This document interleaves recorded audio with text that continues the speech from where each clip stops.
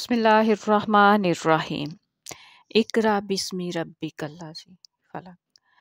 इकरा पढ़ो, इल्म हासिल करो। अल्लाह ताला का पहला जो हुक्म है कि इल्म हासिल करो। इल्म की फजीलत क्या है उसी बारे में सूरह अल तौबा में अल्लाह ताला आयत नंबर 122 में अल्लाह ताला फरमाते हैं, फिर क्यों ना हर फिरके से कुछ लोग निकलें ताकि दीन में समझ पैदा करें और वापस आकर अपनी कौम को डराएं ताकि वो बचते रहें।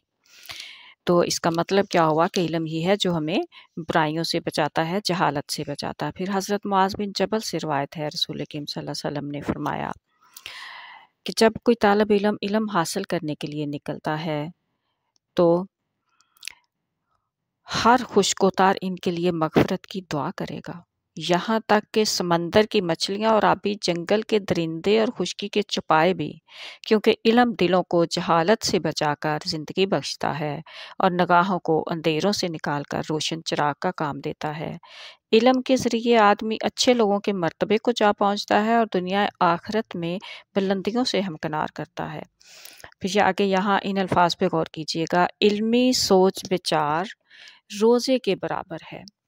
इल्मी सोच विचार रोज़े के बराबर है और पढ़ना पढ़ाना तहज्जुद के बराबर है।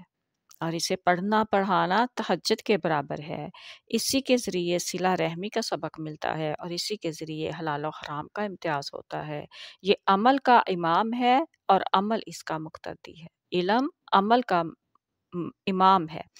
ये सादतमंदों को हासिल होता है और बदबख्त इससे महरूम रहते हैं।